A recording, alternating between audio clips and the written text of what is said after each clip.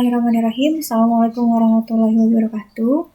Untuk di video kali ini kita mau membahas tentang kisi-kisi PAS di bulan Desember nanti ya.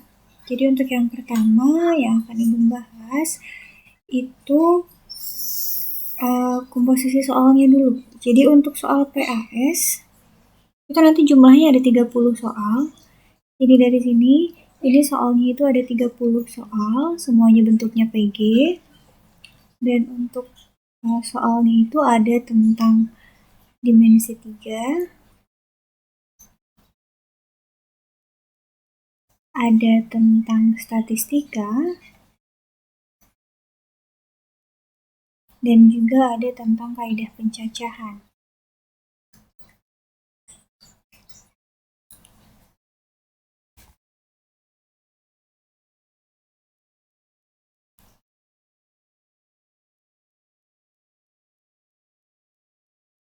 Untuk soal dimensi 3 ini soalnya dari nomor 1 sampai 11, ini soalnya dari nomor 12 sampai 21, ini soalnya nomor 22 sampai 30, begitu. Untuk pembagian soalnya. Kita lanjutkan. Jadi komposisi soalnya seperti ini. Lalu untuk dimensi 3 berarti kalian harus menghafal semua ya, dari jarak titik ke titik, jarak titik ke bidang, dan juga jarak titik ke garis, itu semuanya akan ada. Nah di sini Bu mau ngasih cara cepatnya. Kita kopikan dulu gambarnya. Sebentar.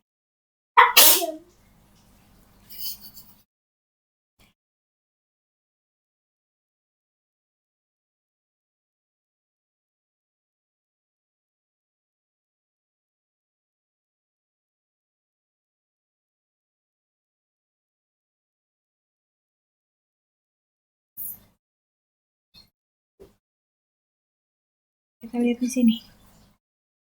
Jadi dari gambar ini kalian bisa langsung mencari nilainya, mencari hasilnya. Contohnya kalau ditanyakannya itu adalah kita coba kasih highlight ya. Kalau yang mau kalian cari itu adalah jarak dari G sampai jarak ke A, itu bisa kalian gunakan yang sama dengan E ke C. Jadi di sini sudah diketahui berapanya. A akar 3 dengan A itu adalah rusuknya. Ya nanti rusuknya beda-beda.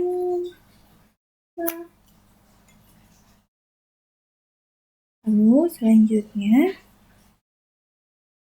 untuk jarak dari titik P ke G itu adalah setengah A akar 6. Nah dari P ke G ini bisa sama dengan, kalau kita lihat ya, untuk jarak P ke G itu akan sama dengan, bentar, kegedean brushnya, kayak gini aja. Jarak dari P ke G itu nanti akan sama dengan jarak E ke P. Jadi dari sini ke sini itu akan sama dengan P ke G, atau G ke P sama aja. Atau boleh juga jarak dari F ke P itu akan sama juga.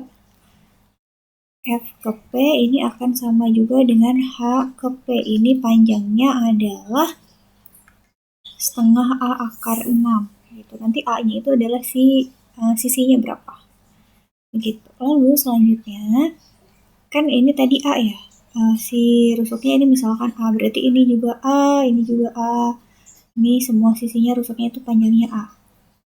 Kalau E ke G karena diagonal sisi, jadi kalau kalian harus ingat yang namanya diagonal itu ada 2, ada sisi sama bidang. Kalau diagonal sisi itu adalah A akar 2, kalau bidang itu adalah A akar 3. Diagonal sisi itu adalah E ke G, atau H ke F itu diagonal sisi. Kalau diagonal bidang itu A ke G, E ke C itu diagonal bidang. Oke. Lalu selanjutnya yang ketiga, kalau kalian punya ini dari E sampai ke titik tengah dari garis AD. Kalau misalkan Ibu punya titik tengah di sini, misalkan titik tengahnya S. Nah, berarti kalau kalian mau mencari jarak dari F ke S, itu bisa. Atau jarak dari G ke S. Itu nanti akan sama dengan jarak dari E ke T, sama dengan jarak dari H ke T. Ini akan sama dengan setengah A akar 5. Jadi kalau nanti bentuknya seperti ini, kalian bisa lihat yang samanya seperti apa gitu. Jadi sudah ada rumus-rumusnya, ada yang setengah akar 2, setengah A akar 6, ada yang setengah A akar 5, ada yang A akar 3, ada A akar 2, begitu. Itu untuk mempermudah kalian ketika kalian nanti mengerjakan soal. Lalu untuk soal selanjutnya kita coba contohnya salah satu ya. Jadi dari kisi-kisi itu jujur ini bukan Ibu yang membuat soal ya. Jadi kita lihat di sini tidak masalah. Kan kita punya kisi-kisinya, jadi kita bisa bahas kira-kira apa aja soal yang keluar. Jadi kalau di kisi-kisi tidak jelas soalnya seperti apa, tapi ada gambaran soalnya, begitu. Kita coba lihat di sini untuk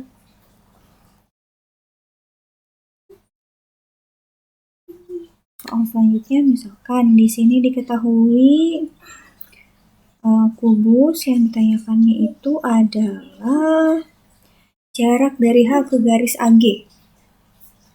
Jadi diketahui kubus ABCDEFGH, ditanyakannya itu adalah jarak dari titik H ke garis AG.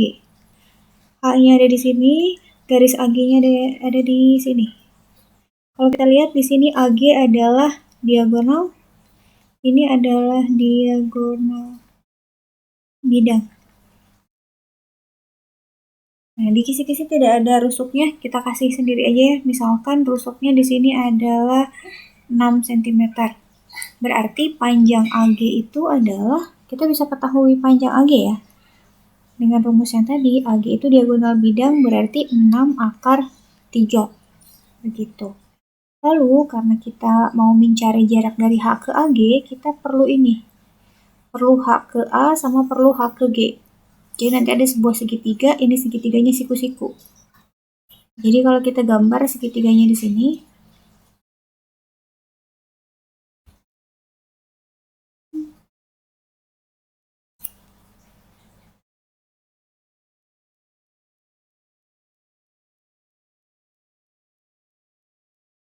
ini ada segitiga siku-sikunya, siku-siku di H, ini G, dan ini A. Kurang lebih seperti itu ya gambarnya. Jadi di sini untuk A ke G-nya kita tahu di sini 6 akar 3 ya, karena dia diagonal ruang. Untuk H ke oke, sebentar, kayaknya ada yang salah. Oh, bukan situ, berarti kayaknya kebalik, bukan di sini. Nah, jadi ini kebalik, ini H-nya, yang ini A ya, yang ini G. Ini ya. Nah, H ke G itu kan tusuk ya. Berarti di sini 6. A ke H itu adalah diagonal sisi. Berarti diagonal sisinya adalah 6 akar 2. Pertanyaannya, jarak dari H ke garis AG. Berarti kita harus membuat garis lurus ke sini. Kalau garis tegak lurus ke sini, ini kan siku-siku ya. Kalian bisa menggunakan aturan yang ini. Kalau dulu di kelas itu Ibu pernah memberikan rumus yang ini. Kalau kalian punya bentuk segitiganya begini, kalau kalian masih ingat di kelas itu pernah ada segitiga yang ada 3 jenis. Segitiga siku-siku, segitiga sama sisi, dan juga segitiga sebarang. Nanti kalian bisa lihat di video di YouTube Ibu juga, di video-video lainnya yang membahas tentang itu. Ibu masih tampilkan videonya ya. Atau kalau ada yang masih belum paham, kalian boleh tanyakan langsung ke Ibu. Request ke Ibu minta dijelaskan yang ini, itu boleh. Jadi kalau misalkan di sini kita punya P, Q, R, S, panjang PS itu akan sama dengan, kita kebawahin deh. Panjang PS itu akan sama dengan panjang PQ dikali panjang PR dibagi dengan panjang QR. Jadi dari panjang ini, panjang yang ke sini ditambah dengan panjang ya dikali ini dikali dengan panjang ini dibagi dengan panjang yang di bawahnya. Jadi ini ditambah dibagi. Ini dikali ini dibagi yang bawah. Itu jadi di sini kita punya, kalau kita misalkan titik ini adalah S, berarti kita bisa menghitung HS kan ya? Berarti HS itu sama dengan HG dikalikan dengan A bagi dengan HG dikalikan dengan HA. HA dibagi dengan AG gitu ya. Ini berarti 6 dikalikan 6 akar 2 bagi dengan 6 akar 3. Ini kan sama-sama punya 6 ya. Berarti nanti bisa kita coret karena habis membagi. Berarti yang ini kita coret dengan yang ini. Berarti sisanya adalah 6 akar 2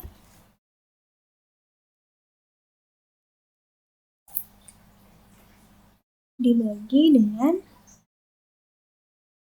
6 akar 3. Sorry, dibagi dengan akar 3 ya. Kan 6-nya udah habis dibagi ya. Berarti ini akar 3. Nah, ketika menemukan bentuk seperti ini harus kita kalikan dengan akar sekawan. Kita kalikan akar 3. Kenapa? Karena akar di bawah itu tidak boleh. Jadi harus kita rasionalkan. Berarti bentuknya adalah 6 yang di dalam akarnya dikalikan. Berarti 6 akar 6 per akar 3 dikali akar 3 itu sama dengan 3. Nah ini 6 dibagi 3 itu hasilnya adalah 2. Jadi jawabannya adalah 2 akar 6. Itu untuk jenis soal yang seperti ini pertanyaannya ya. Lalu kemudian nanti ada juga soal yang bisa jarak dari G ke AD. G ke AD itu sama juga dengan segitiga siku-siku juga. Lalu kemudian ada juga jarak dari B ke ACE. B ke ACE. Kalau tidak salah, Ibu sudah pernah bahas di kelas, B ke ACE itu nanti akan ada di bawahnya sini. Kan ACE itu yang dia. Nanti akan sama dengan setengah dari diagonalnya. Gitu. Nanti kalian boleh simak juga di video yang lama, itu sudah ada beberapa pembahasannya begitu ya. Jadi nanti sama Ibu diberikan kisi-kisinya, lalu nanti kalian pelajari kisi-kisinya itu ya. Kisi-kisi lengkapnya nanti akan di-share juga. Lalu nanti ada juga soal prisma. Prisma kita pernah ya. Lalu Q adalah titik tengah BF.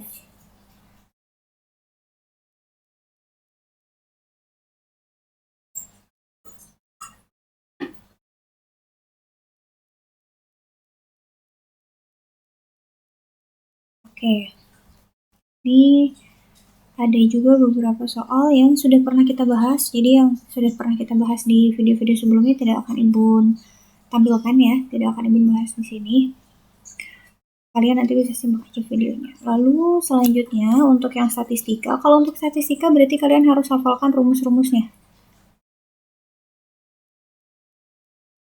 Untuk materinya statistika, kalian harus hafalkan rumusnya. Ini ada data tunggal dan kelompok ya.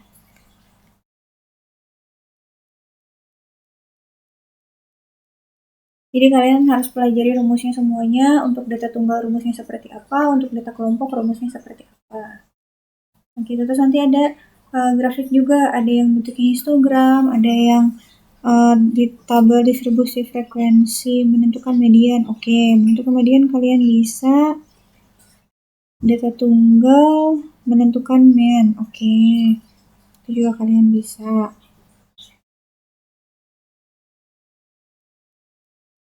Terus nanti ada mengubah data tunggal ke kelompok. Ini juga kalian pelajari ya. Bagaimana cara mengubah data tunggal ke kelompok, pernah kita bahas juga yang dengan menggunakan aturan Sturges yang ada 1,33. Ingat ya, yang ada 1,33-nya aturannya. 1,33 ditambah log n ya, kalau nggak salah ya. Ya, nanti kalian bisa simak lagi videonya. Lalu nanti ada juga soal ini.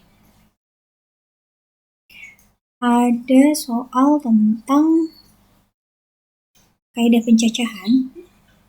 Untuk kaidah pencacahan, soal-soalnya di sini lumayan beragam. Meskipun hanya sedikit ya, tapi dia ragam soalnya lumayan.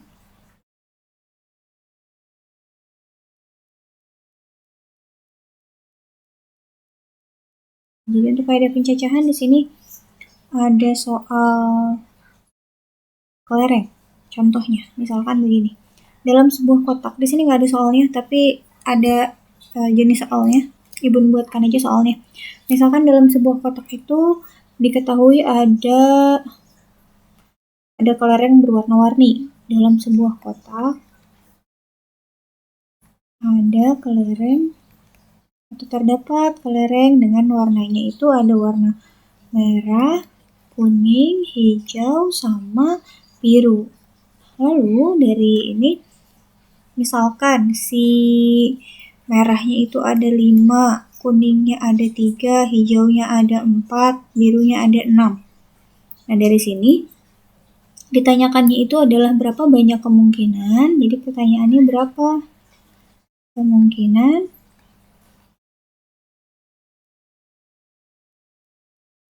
terambilnya kelereng satu kelereng merah atau satu kelereng merah, kita ke sini deh, atau satu kelereng kuning.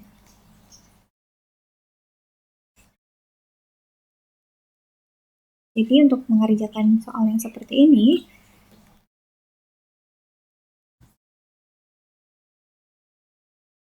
kalian bisa kerjakannya dengan aturan kombinasi. Karena untuk kaidah pencacahan itu ada beberapa ya yang sudah pernah kita pelajari, tapi yang pasti itu ada permutasi, ada kombinasi. Nah, Ibu di sini mau membahas dulu untuk dua ini ya. Kombinasi. Nah, untuk permutasi itu ciri khas yang paling menonjol dari permutasi itu adalah bahwa permutasi itu memperhatikan urutan. Yang kedua itu adanya jabatan biasanya. Atau kalau di soalnya ada kata-kata juara, memperoleh juara 1, 2, 3, itu adalah soal permutasi. Tapi kan kalau untuk kombinasi tidak memperhatikan urutan, tidak memperhatikan urutan. Jadi bebas mau dia apa dulu yang diambil itu tidak diperhatikan, tidak dipedulikan gitu, tidak dihitung. Contohnya kayak gini, ketika kita mengambil kelereng, kita mengambil bola atau apapun itu bendanya dari dalam sebuah kotak, kita kan tidak memperhatikan, oh dia kelereng yang keambil pertama berarti juara 1, enggak gitu. Atau enggak, kelereng yang terambil pertama itu nanti jadi ketuanya, enggak ada ya, enggak ada ketua geng kelereng, enggak ada. Jadi di sini kita menggunakan aturannya kombinasi. Kombinasi berapa? Karena di sini yang mau dihitung adalah yang warna merah. Kombinasi 1 dari merahnya di sini ada berapa? 1 dari 5. Begitu. Lalu untuk yang ini kan untuk kelereng merah ya. Lalu untuk kelereng yang kuning itu berarti kombinasi 1 dari 3. Untuk kombinasi kita gunakan rumusnya. Rumus sambil kita tulisin di sini deh. Rumus permutasi itu ketika permutasi K dari N unsur,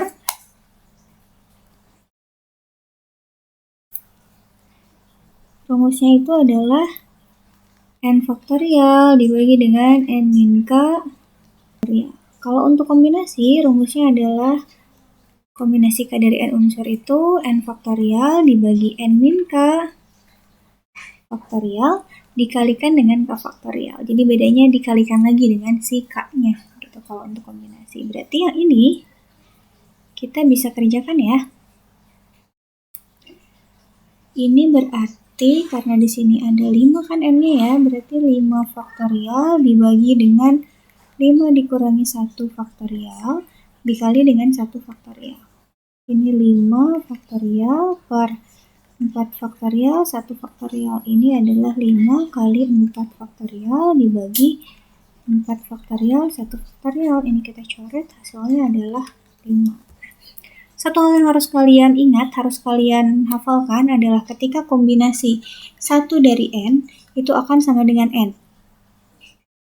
Contoh, kombinasi 1 dari 5 itu hasilnya pasti 5. Kombinasi 1 dari 3 itu hasilnya pasti 3. Jadi untuk menjawab soal yang tadi, kemungkinan merah atau kuning ini tinggal dijumlahkan. 5 tambah 3, itu ada 8. Jadi kemungkinannya ada 8. Gitu ya. Jadi kalau ada kombinasi 1 dari N itu akan sama dengan N. Kalau kombinasi N dari N, kombinasi N dari N itu akan sama dengan 1. Contohnya,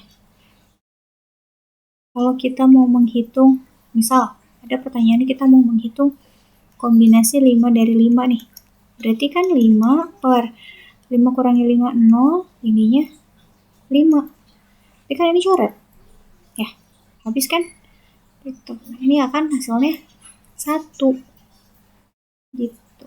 Karena kan ini 1 kali 5 faktorial dibagi 5 faktorial, itu hasilnya adalah 1. Jadi kalau 5 kombinasi 5 dari 5 itu kan kita bacanya, kita memilih 5 benda dari 5 benda yang tersedia. Dari 5 pilihan gitu. Kalau yang ini kita memilih 1 benda dari 3 benda yang tersedia. Kalau yang ini memilih 5 benda dari 5 benda yang tersedia. Berarti kan setiap benda itu akan memiliki kemungkinan yang sama, peluangnya 1. Gitu kemungkinannya. Oke, sampai situ sudah paham ya? Jadi itu untuk permutasi kombinasi. Lalu selain permutasi dan kombinasi, di kaidah pencacahan juga ada yang namanya aturan perkalian.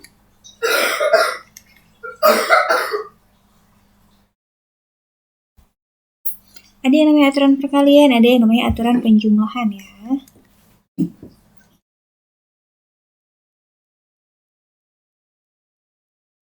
Perbedaannya apa untuk aturan perkalian dan penjumlahan? Perbedaannya adalah ketika kalian menemukan soal yang saling keterkaitan kejadiannya, contoh misalkan ada di di pernah ibu memberikan di kelas ada 3 kota, dari A mau ke kota C itu harus lewat kota B dulu.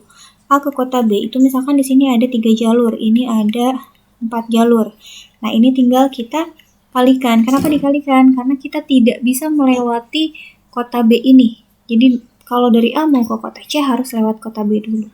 Kita milih jalur A1 misalkan, boleh, tapi dari A1 nanti ke B1, A1 ke B2, A1 ke B3 gitu. Jadi jalurnya tidak boleh kita pilih secara terpisah atau kejadiannya itu tidak saling lepas. Itu untuk aturan perkalian gitu. Jadi kalau untuk aturan perkalian ini kuncinya adalah kejadiannya tidak saling lepas. Untuk aturan penjumlahan itu misalkan kalian mau mengambil sebuah benda dari dalam tempat pensil, misalkan ada 3 pensil, kayak ini ya, ada 3 pensil sama ada 4 spidol. 3 pensil, 4 spidol. Nah, ketika kalian mau mengambil salah satu saja, berarti di sini kemungkinannya 3 ditambah 4. Kenapa? Karena di sini semuanya berbeda. Mau ngambil pensil dulu boleh, spidol dulu boleh, begitu. Karena tidak adanya keterkaitan, tidak ada syarat apapun, berarti di sini adalah dengan menggunakan aturan penjumlahan. Oke, bisa dipahami ya? Silahkan kalian pelajari lagi. Ada juga soal yang ini, apa namanya? Aturan pengisian tempat. Untuk yang kotak-kotak itu juga itu nanti akan ada. Lalu soal selanjutnya, ini masih di soal kaidah pencacahan ya.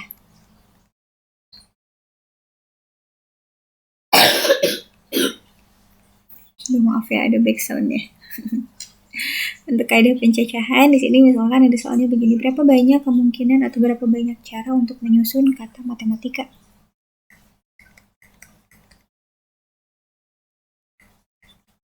Jadi kata matematika ini kita hitung dulu hurufnya ada 10. 10 faktorial berarti. Dibagi huruf yang samanya apa aja sih?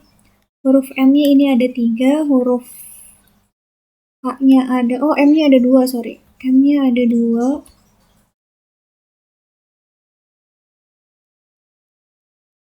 A-nya ada 3, T-nya ada 2. Berarti di sini 2 faktorial, 3 faktorial, 2 faktorial. Gitu. Jadi yang atas itu adalah banyak huruf yang dikata ini ada berapa, tambahin faktorial, dibagi dengan huruf yang samanya. Ada berapa? 2, 3, 2 gitu. 2 ini dari huruf M, 3 ini dari huruf A, 2 ini dari huruf T. Begitu. Lalu kita jabarkan 10, 9, 8, 7, 6, 5, 4, 3 faktorial dibagi dengan 2 faktorial, 3 faktorial, 2 faktorial. Coba kalian perhatikan di sini, ini 3-nya akan habis dengan yang ini. 4 habis dengan yang ini, tapi sisanya 2. 2, 6 habis, sisanya 3. Berarti kalau kita lihat, sisanya itu adalah 10, 9, 8, 7, 3, 5, 2. Ya, ini semua dikalikan. Nanti kemungkinannya kalian akan diperbolehkan menggunakan kalkulator, karena kalau kita lihat kan kalian ada soal statistika juga ya. Jadi itu biasanya nanti akan menggunakan kalkulator. Untuk soal aturan pengisian tempat,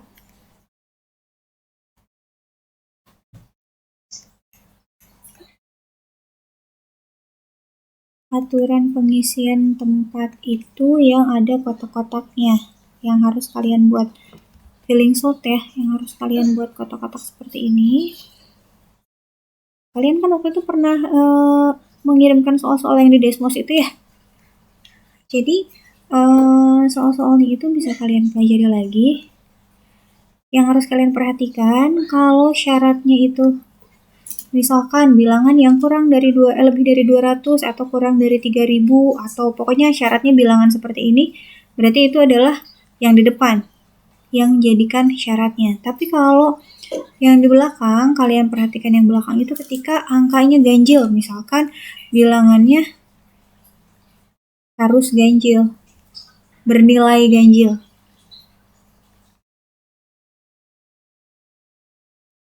Atau bernilai genap, ganjil atau genap ya. Atau kelipatan, ini juga bisa. Bilangannya kelipatan. Itu syaratnya ada di belakang sini. Kalau yang syaratnya lebih dari, kurang dari, itu ada di depan. Gitu ya, selamat belajar. Semoga kita semua selalu dalam lindungan Allah Subhanahu wa Ta'ala. Semoga kita selalu diberikan kesehatan juga untuk menghadapi cobaan yang tengah kita alami ini. Terima kasih. Assalamualaikum warahmatullahi wabarakatuh.